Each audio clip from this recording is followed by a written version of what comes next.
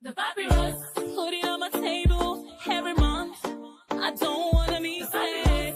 Don't even try to hide it. No, I don't wanna lose it. And you see how it is, it's so inviting. The papyrus, we're all so alive. The papyrus. We bring you the Papyrus TV news update. You're welcome. The headlines: Governor Otti to revisit pension agreement in Abia.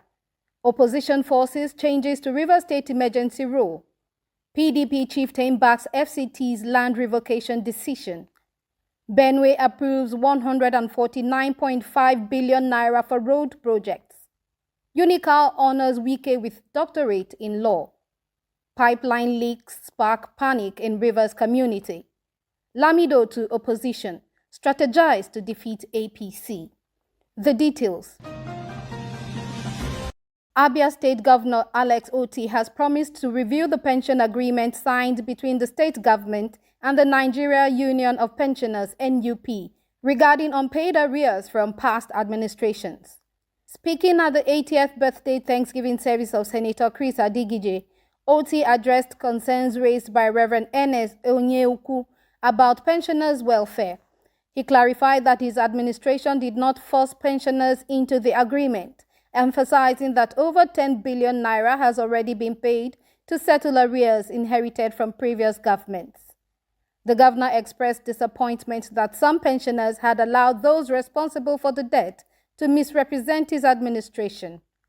However, he assured that their concerns will be re-examined. His statement has been met with optimism among pensioners who hope for a fair resolution to their demands.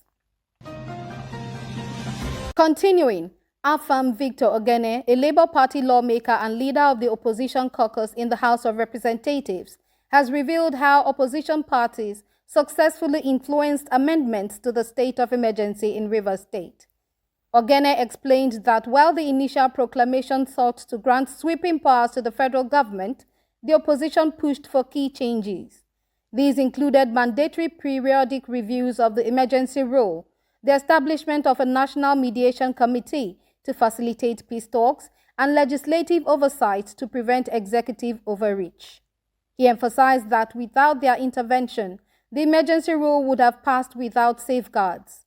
Ogene dismissed claims that opposition lawmakers were merely symbolic, stating that their efforts ensured a more balanced approach to resolving the crisis in Rivers State. Meanwhile, the National Secretary of the People's Democratic Party (PDP), Samuel Anyanwu, has defended the Federal Capital Territory (FCT) administration's decision to revoke the party's Abuja headquarters land due to unpaid rent. The property, located at plot number 243 in the central area, was reclaimed by the FCT after the PDP failed to pay ground rent from 2006 to 2025. Anyanwu clarified that the decision was not politically motivated, noting that similar actions had affected organizations like INEC, CBN, and NMPC. He recalled previous land disputes involving the PDP and businessman Jimoh Ibrahim, but admitted that the party had failed to meet its financial obligations. Comparing the situation to a tenant failing to renew a lease, he urged the PDP to either settle its outstanding dues or accept the consequences. Progressively, the Benue State government has approved 149.5 billion naira for major road projects aimed at improving transportation and economic activities. Among the key projects is the upgrade of the Bawa-Bako-Nege Road with a spur to Mbakon valued at 73.9 billion naira and the dualization of the Wurukum Air Force Base Road costing 68.3 billion naira. A 5-span bridge at Mu is also part of the development plan. Governor Hyacinth Alia's administration approved the projects during a state executive council meeting in Makudi. According to his chief press secretary, Teso Kula, the projects will enhance road safety, ease travel, and boost economic growth. Construction will be handled by MS Bauhaus Global Investment Nigeria Limited. In other news, the University of Calabar Unical has conferred an honorary doctorate in law on the Minister of the Federal Capital Territory, FCT, Nyesom Wike, in recognition of his contributions to governance and national development. The prestigious award was presented by the university's chancellor, Emir Alhaji Aminu Ado Bayero, during the institution's 37th convocation ceremony, which also marked its 50th anniversary. Wike, a former governor of Rivers State, has been widely regarded for his infrastructural achievements and political influence.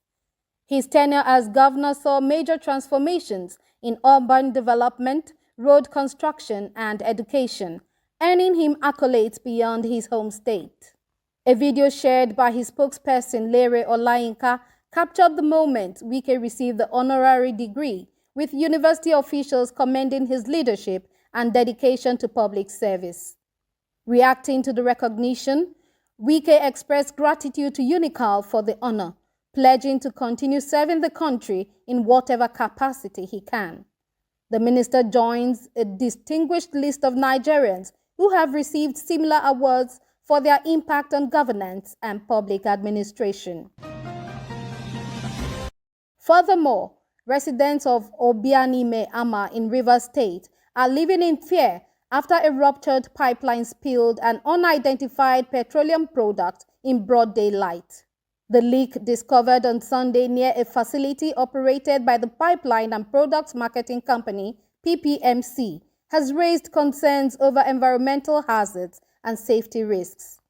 Eyewitnesses say the leakage started around 2:30 p.m., prompting locals to block off the area and restrict movement.